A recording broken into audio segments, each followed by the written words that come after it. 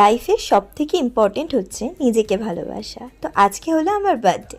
তো বার্থডেটা সবার কাছেই স্পেশাল হয়, আমার কাছেও খুবই স্পেশাল। অন্য কেউ আমাকে স্পেশাল ফিল করা কি আর না করাক, আমি তো নিজেকে করাবই। তো সকালবেলা গোপু আর রাধারানীকে পুজো দিয়ে আমার বাড়ির পাশের একটা মন্দিরে আগে পুজো দিয়ে আসলাম, তারপরে বোনের সাথে একটু বেরিয়েছিলাম। আর এটা একজন আমাকে গিফট করেছে, আমার তো খুবই ভালো লেগেছে। আর বার্থডেতে what I eat in a day আমি একটা আলাদা ভিডিওতে তোমাদের দেখাবো, তো তোমরা অবশ্যই তার জন্য সাবস্ক্রাইব করে দিও। হলো আমার বার্থডে স্পেশাল মেকআপ লুক, আর ড্রেসটাও ছিল আমার বার্থডের খুবই স্পেশাল।